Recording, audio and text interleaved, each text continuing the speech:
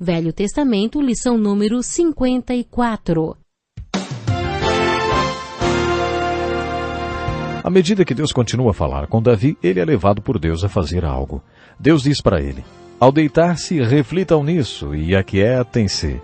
Quantas vezes a Bíblia nos manda aquietar? Muitas pessoas têm tido seus sonhos destruídos pela falta de confiança absoluta em Deus. A Bíblia está repleta de exemplos de grandes sonhos cumpridos para a glória de Deus. Encontro com a Palavra é um programa escrito pelo Dr. Dick Woodward e narrado por Pastor Edson Bruno. Ouça e descubra verdades que lhe ajudarão no seu dia a dia. Com você, Pastor Edson Bruno.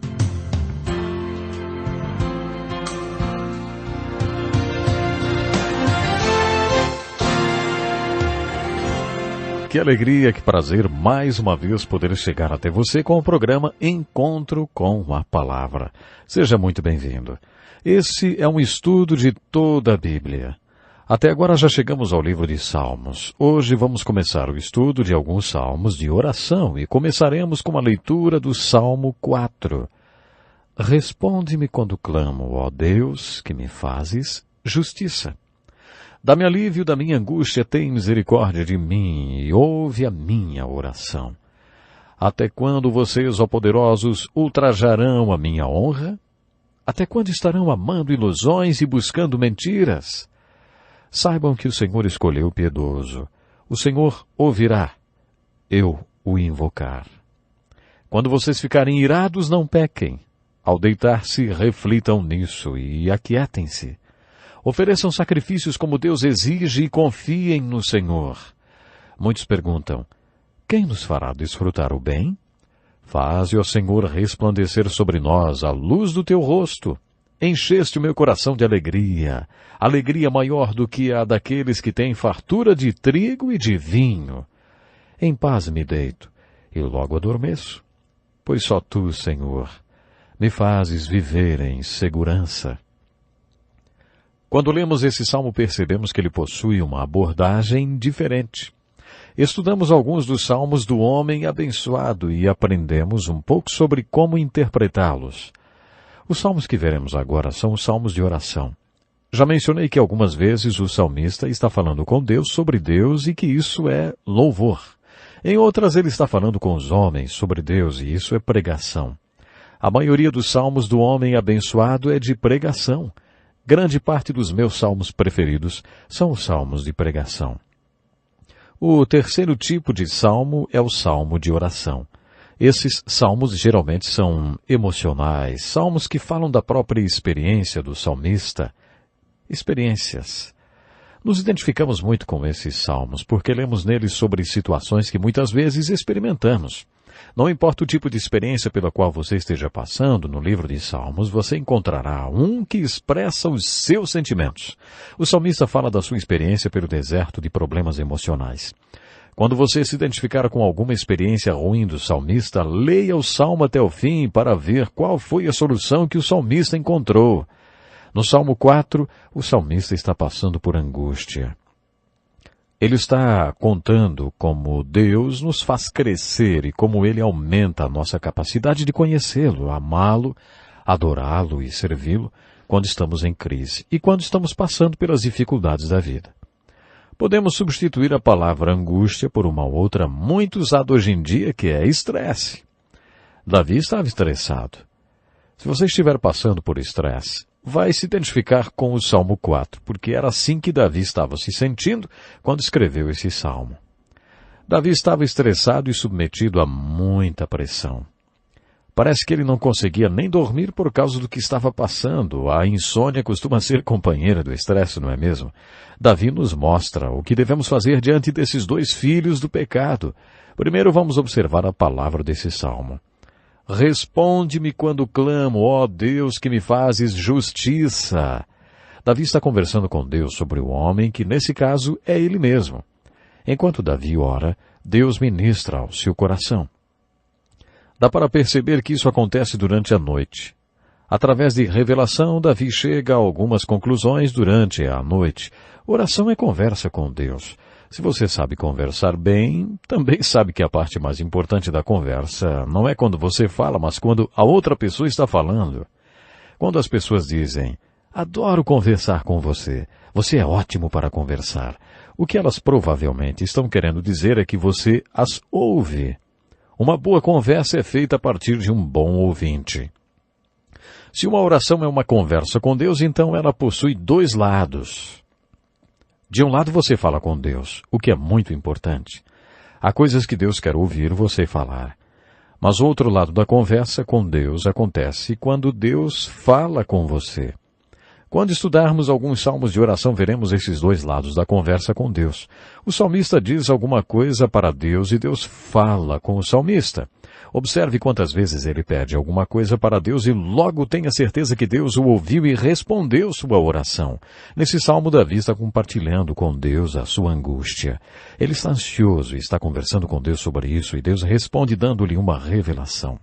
Então ouvimos Davi dizer, saibam que o Senhor escolheu o piedoso, o Senhor ouvirá quando eu o invocar. Não somos mais os mesmos depois de uma oração respondida. Pense no que isso significa. Você clama a Deus e Ele ouve. O que isso significa? Significa que Deus se interessa. Deus ouve e responde. Depois que você experimentou isso, nunca mais será o mesmo. Nos meus tempos de seminário, tive uma experiência incrível com um cheque que veio pelo correio. Minha conta bancária estava com saldo negativo. No seminário existia uma norma que nenhum aluno podia ter esse tipo de problema e que teria que se justificar com a escola. Em uma sexta-feira recebi a notificação de que minha conta estava com um saldo negativo de $35. Passei o final de semana inteiro orando para que na segunda-feira, de alguma forma, eu conseguisse o dinheiro para regularizar a minha conta no banco. Em tempos de seminário, $35 é muito dinheiro. Na segunda-feira recebi uma carta de um irmão dizendo que ele me esperava para o Natal. Ele e sua esposa iriam me dar um livro. Mas como eu não poderia ir, Deus colocou no coração dele mandar um cheque no valor do presente que ele me daria. O cheque era de $40. Esse cheque foi uma das maiores bênçãos que recebi no seminário, porque me mostrou que existe um Deus que ouve e responde às minhas orações. Eu tinha clamado a Deus e Ele me ouviu e respondeu a minha oração. Ninguém é o mesmo depois de ter uma experiência com Deus. À medida que Deus continua a falar com Davi, ele é levado por Deus a fazer algo.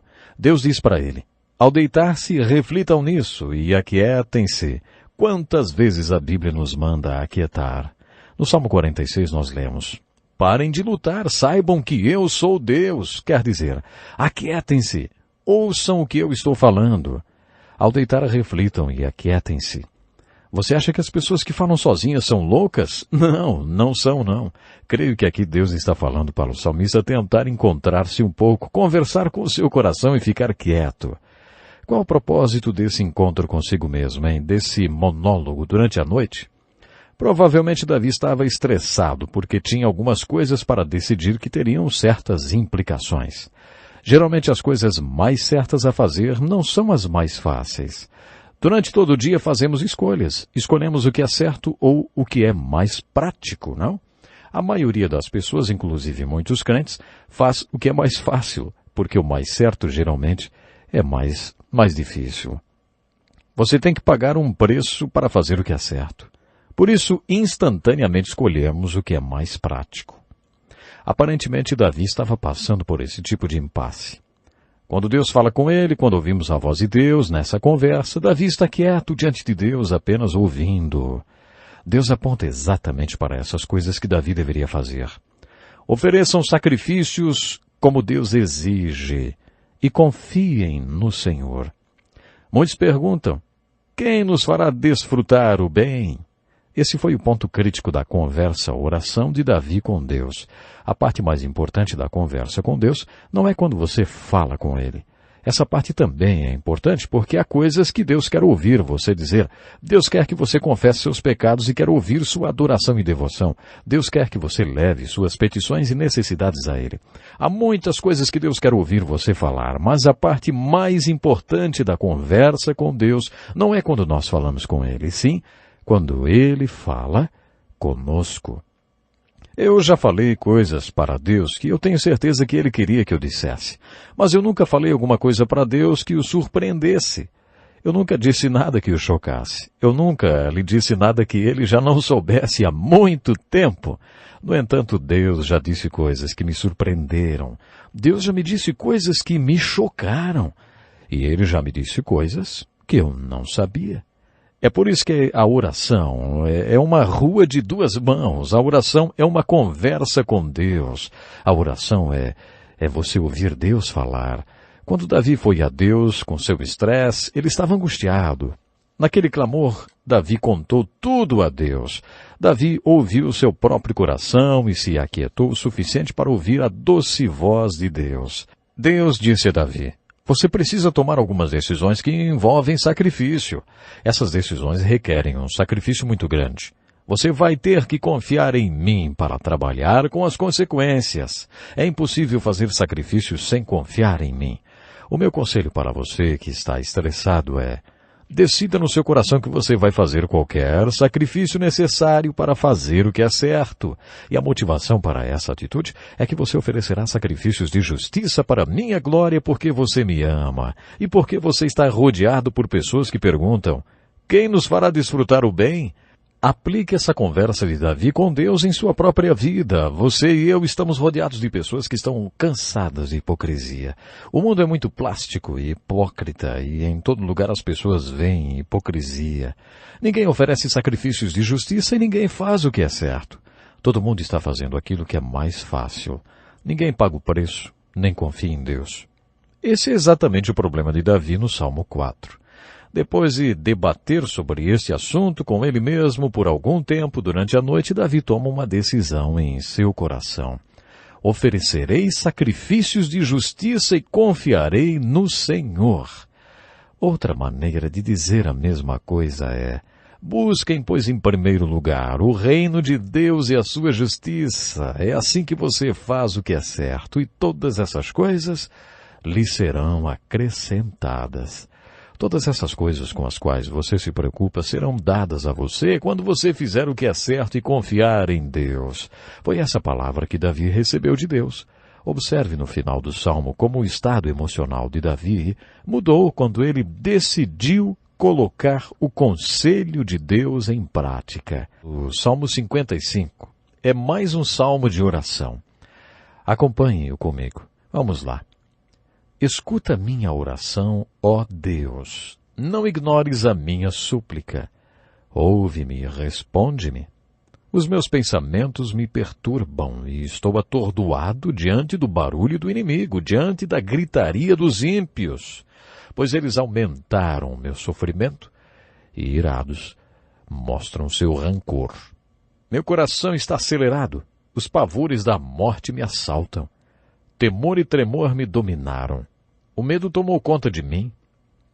Então eu disse: quem dera eu tivesse asas como pomba. Voaria até encontrar repouso. Sim, eu fugiria para bem longe. E no deserto eu teria o meu abrigo. Eu me apressaria em encontrar repouso longe do vendaval e da tempestade. Destrói os ímpios, Senhor. Confunde a língua deles, pois vejo violência e brigas na cidade. Eu, porém, clamo a Deus e o Senhor me salvará. À tarde, pela manhã e ao meio-dia choro angustiado e Ele ouve a minha voz. Ele me guarda ileso na batalha, sendo muitos os que estão contra mim. Deus, que reina desde a eternidade, me ouvirá e os castigará. Entregue suas preocupações ao Senhor e Ele os susterá. Jamais permitirá que o justo venha a cair. Aqueles assassinos e traidores, os quais não viverão a metade dos seus dias, quanto a mim, porém, confio em ti. Com base no parágrafo principal do Salmo 55, acreditamos que Davi o tenha escrito logo depois que soube que seu filho Absalão, a quem ele amava muito, foi aconselhado a violentar todas as mulheres de seu pai no terraço do palácio, às vistas de toda a nação de Israel. O objetivo desse ato foi se opor a Davi e levá-lo a uma batalha antes que estivesse preparado para lutar. Essa atrocidade também visava levar o povo a tomar partido ou ao lado de Davi ou de Absalão. Foi Aitofel, que havia sido o melhor amigo de Davi, fiel conselheiro, quem aconselhou Absalão a cometer aquela tão grande atrocidade. É difícil imaginar que o mesmo homem que escreveu no Salmo 23, em verdes pastagens me faz repousar e me conduz a águas tranquilas, fazendo meu cálice transbordar todos os dias da minha vida. É difícil imaginar que o mesmo homem um dia também escreveria o Salmo 55. Ouça como Davi descreve seu estado emocional no Salmo 55. Ele diz: meus pensamentos me perturbam e eu estou atordoado. Davi está abatido pela tristeza. Quando estamos cheios do Espírito Santo, temos alegria. Podemos dizer que, nesse caso, Davi não estava cheio do Espírito Santo, ele estava sofrendo, apavorado, tremendo. Creio que nesse salmo, diante de tudo que Davi descreve, ele não estava cheio do Espírito Santo. Nesse ponto de sua vida, Davi não estava declarando, o Senhor é o meu pastor. Nesse ponto de sua vida, Davi tinha sido seu próprio pastor e isso o tinha levado ao pecado. Davi tinha adulterado e assassinado e estava tentando encobrir os seus pecados. Davi não estava em comunhão com Deus. Ele estava comendo um banquete de consequências do seu pecado muito amargo. Os meus pensamentos me perturbam e eu estou atordoado, ele diz. Davi continua a relatar como está se sentindo. O meu coração está acelerado. Já vimos que o livro de Jó foi escrito para aquelas pessoas com o coração ferido e que todos esses livros poéticos têm um tipo de mensagem para os que estão com o coração ferido. O coração de Davi está muito ferido.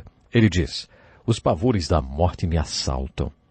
Lembre-se que essa é a mesma pessoa que escreveu, não temerei perigo algum. Agora ele diz, temor e terror me dominam, o medo tomou conta de mim. Vejo violência e brigas na cidade. Pessoas estavam sendo massacradas. Uma guerra muito violenta estava acontecendo. A primeira reação de Davi foi dizer, quem dera eu tivesse asas como a pomba. Eu voaria até encontrar repouso. Sim, eu fugiria para bem longe, e no deserto eu teria o meu abrigo. Você já passou por uma situação quando sua primeira reação foi tentar escapar? Geralmente a nossa primeira reação é essa. Mas muitas vezes nossa primeira reação não é aquela que Deus quer de nós. Depois de pararmos um pouco, cobertos com a graça de Deus, não tentaremos mais fugir. Depois de algum tempo, Davi não queria mais ter asas para escapar daquela situação trágica. Ele começou a tirar novas conclusões. Eu, porém, clamo a Deus e o Senhor me salvará. Davi nunca duvidava da salvação do Senhor. Eu, porém, clamo a Deus e o Senhor me salvará. À tarde pela manhã e ao meio-dia choro angustiado e ele ouve a minha voz. Davi então tem sua oração respondida. Aparentemente Deus transforma o monólogo de Davi em um diálogo. Isso acontece em vários salmos de oração. Depois ouvimos Davi dizer, ele me guarda ileso na batalha. Mesmo que isso ainda não tenha acontecido, Davi tem certeza absoluta que Deus já o livrou. No hebraico, quando um profeta diz que Deus vai fazer alguma coisa, ele usa o verbo no passado. Porque se Deus disse que vai fazer alguma coisa, é como se ele já tivesse feito. Isso é chamado de sentença profética perfeita. Davi tem certeza que Deus vai livrá-lo e também a seus homens da revolução que se desencadeou quando seu filho Absalão tentou destroná-lo. De fato, Deus livrou Davi. Davi nos mostra que esse livramento ainda não tinha acontecido. Deus me ouvirá e os castigará. Davi está descrevendo um estado emocional que alguns de nós já experimentou. Pode haver períodos em nossa vida em que a intensidade do problema e da dor é muito grande. Você já sentiu uma tristeza muito grande? Terror? Era isso que Davi estava sentindo. Diante desses sentimentos, Davi disse, eu, porém, clamo a Deus e o Senhor me salvará. Davi sabia que sua única saída era Deus, e por isso ele clamava ao único que poderia tirá-lo daquela situação. Dessa forma, clamando a Deus, Davi nos ensinou através do seu exemplo e palavras o que devemos fazer em situações trágicas. Entrega suas preocupações ao Senhor, e Ele o susterá. Essas palavras trazem consolo e ensino para nossos corações feridos. Só mesmo a ideia de uma guerra nuclear já causa terror e horror. Durante a vida todos nós passamos pela morte de um querido e por outras tragédias pessoais.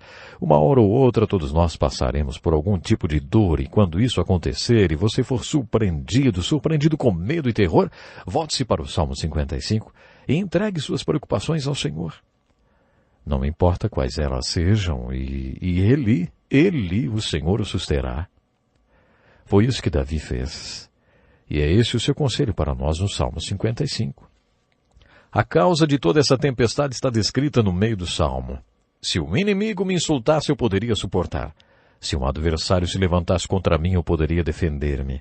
Mas logo você, meu colega, meu companheiro, meu amigo chegado, você com quem eu compartilhava agradável comunhão enquanto íamos com a multidão festiva para a casa de Deus. Sofrer a traição de um amigo próximo é uma das coisas mais doloridas que alguém pode passar. Você já passou por isso? Algum amigo já traiu você? Koinonia é uma palavra grega do Novo Testamento traduzida como amizade, comunhão. Seu significado está relacionado à palavra parceria e implica em um acordo que duas pessoas fazem. Elas ficam comprometidas uma com a outra. O novo mandamento lhes dou: amem-se uns aos outros. Esse mandamento de Jesus envolve uma aliança, um acordo de amor. Esse acordo criou uma nova comunidade, a comunidade do amor, uma pequena colônia do céu onde as pessoas se comprometem a amar. Todo esse conceito é chamado no Novo Testamento de koinonia. No Velho Testamento, esse mesmo conceito é expressado em hebraico pela palavra hesed. Davi tinha um hesed com seus amigos valentes. Ele também tinha um hesed com um homem chamado Urias, o hitita, porque ele era um dos homens valentes de Davi. A pior coisa do pecado de Davi não foi o pecado sexual com Batseba, mas sim o assassinato de Urias. Davi traiu o hesed que existia entre ele e Urias, o hitita. A traição e a quebra desse compromisso de amar Urias, o hitita, um dos seus homens valentes, foi a pior parte do pecado de Davi. Um usurpador como Jacó, que enganou seu pai Isaque e depois foi enganado pelo seu tio Labão, é essa disciplina de Deus para os enganadores. Davi traiu o hesed de Urias, o hitita, e agora seu coração estava ferido, porque seu melhor amigo e conselheiro Aitofel traiu o hesed que tinha com ele. A traição de Aitofel é parte do banquete de consequências de Davi. Davi plantou a semente da traição quando violou seu hesed com Urias, e agora ele estava colhendo o que plantou. Portanto, de certa forma, Davi é responsável pelas trágicas circunstâncias que estava vivendo. Davi não está jogando o jogo da culpa quando nos conta sobre a sua experiência.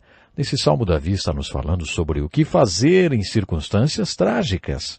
Nunca se esqueça que o Salmo 55 nos mostra que temos alguma coisa a fazer quando passamos por medo, tremor, horror, pânico, mágoa. Sabe o que é? Entrega tuas preocupações ao Senhor, porque Ele o susterá. Entregue tudo para o Senhor. Ele vai cuidar de você. Não importa o que você esteja passando, somente entregue para o Senhor tudo. E Ele vai cuidar de você. Até o próximo programa. Que lição importantíssima. Obrigado, Pastor Edson Bruno. Prezado ouvinte, coloque em prática o que você ouviu aqui.